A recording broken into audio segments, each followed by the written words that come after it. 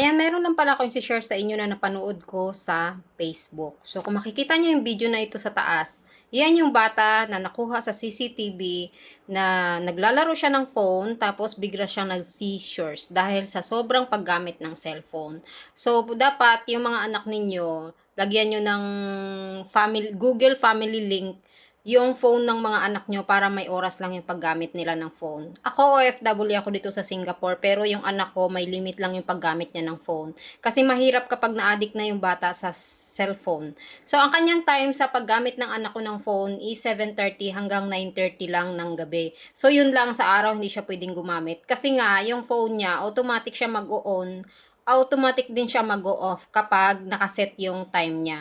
So, mamomonitor mo rin yung phone niya kapag nag-open siya ng Facebook, sino yung mga ka-chat niya. Kaya guys, sa mga nanay dyan, huwag niyong hayaan na yung anak niyo gumamit ng phone buong araw.